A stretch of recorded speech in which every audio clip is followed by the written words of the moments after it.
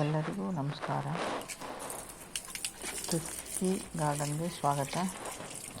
ಯಾರೆಲ್ಲ ನನ್ನ ಚಾನಲ್ ನೋಡ್ತಾ ಇದ್ದೀರಾ ಅವೆಲ್ಲ ನನ್ನ ಚಾನಲನ್ನು ಮರೆಯದೆ ಸಬ್ಸ್ಕ್ರೈಬ್ ಮಾಡಿಕೊಳ್ಳಿ ಹಾಗೂ ಶೇರ್ ಮಾಡಿ, ಲೈಕ್ ಮಾಡಿ.